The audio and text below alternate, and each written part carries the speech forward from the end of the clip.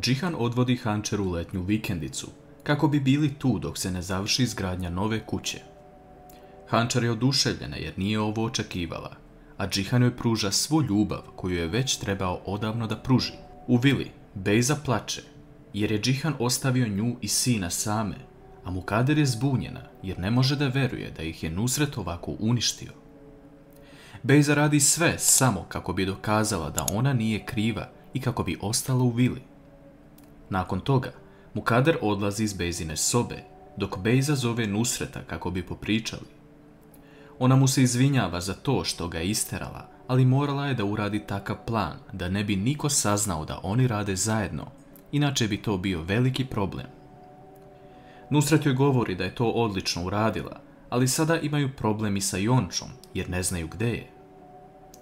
Ubrzo nakon toga, na Nusretovim vratima se pojavljuje Tajar, koji saopštava da je izgubio svaki trag o Jonči, jer kada je pala niz stepenice, ljudi su je pitali da li da pozovu hitnu pomoć, ali ona je to odbila, te otišla sa taksijem u nepoznatom pravcu.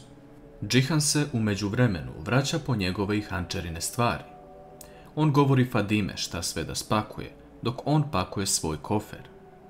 Tada Bejza odlazi do Džihana da ga zamoli da ostane, jer neće moći tako lako da se bori sama sa detetom. Džihan joj na to odgovara da je Bejza odrasla osoba i da će se sigurno snaći u vili, ali da on neće ostaviti svoje dete na cedilu. Džihan kreće napolje i tu ga sreće Mukader, koja ga pita gde se nalazi i da li će ostati, ali on samo okreće glavu i odlazi. Uveče, dok se Džihan i Hančer prelepo i složno slažu, na vrata im pozvoni Engin, koji se izvinjava što ih uznemirava, ali došao je sa lepom vesti. Engin prenosi da kompanija koja je odustala od kupovine kolekcije zvana Hančer je ponovo ponudila ugovor po malo manjoj ceni, ali sasvim dovoljnom da opet stanu na noge. Ta vest obraduje Džihana i Hančer, a Engin ostaje sa Džihanom da radi papirologiju. Hančer sprema večeru i svi zajedno jedu. Ona kasnije govori da neće da im smeta, ali ako im nešto treba, tu je. Napokon vidimo srećnu Hančer posle toliko vremena i nadamo se da ovoj sreći niko ne može stati na put. Engin kasno uveče odlazi kući nakon završenog posla, a Džihan vidi kako je Hančer zaspala u dnevnom boravku i pokrije je dok on nastavlja sa poslom. Sutradan, Džihan uz doručak predlaže Hančer da posete njenog brata. Hančer govori da je razmišljala sama da ode nakon svega, ali Džihan je pita zašto bez njega. Ona mu odgovara da je strah šta će Čemil reći Džihanu i ne želi njega da stavlja u neugodnu situaciju. Džihan je tada uzme za ruku, govoreći da će od sada sve raditi zajedno, oko uz oko, ruku uz ruku i da nema više tajni ni laži. U međuvremenu, Čemil, Derija, Emir i Jonča sedaju da doručkuju. Tada na vrata neko zvoni, a Emir prenosi da su to Hančer i Džihan. Jonča, videvši to, odmah ode u sobu, kako je ne bi videli jer nije znala za ovu situaciju.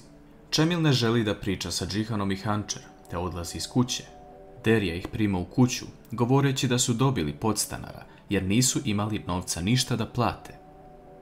Tada Hančer vadi kovertu sa novcem i daje Deriji, koja ne želi to da uzme zbog Čemila, ali govori da mogu dati Emiru kao džeparac.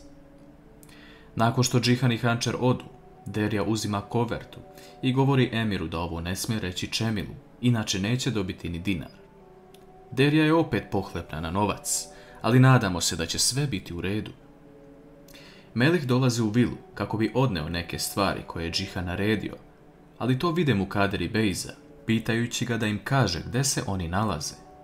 Melih profesionalno odgovara da je to poverena informacija, ali ako baš žele da znaju, mogu pitati Džihana. Bejza ne može da miruje, te odlučuje da se prikrade i uđe u gepek kod Melihovog automobila i sama vidi lokaciju gde se nalaze Džihan i Hančer. Melih ostavlja stvari na vrata jer nema nikoga u kući, a Bejza izlazi iz gepeka i sakriva se. Nakon što Melih ode, ona ulazi kroz balkonska vrata u kuću, ali tada se pojavljuje Hančer koja unosi stvari koje je Melih doneo. U tom trenutku Bejza nespretno zakači vazu sa cvećem koja se razbija, a Hančer čuje da je nešto puklo. Da li će Hančer otkriti da je to Bejza.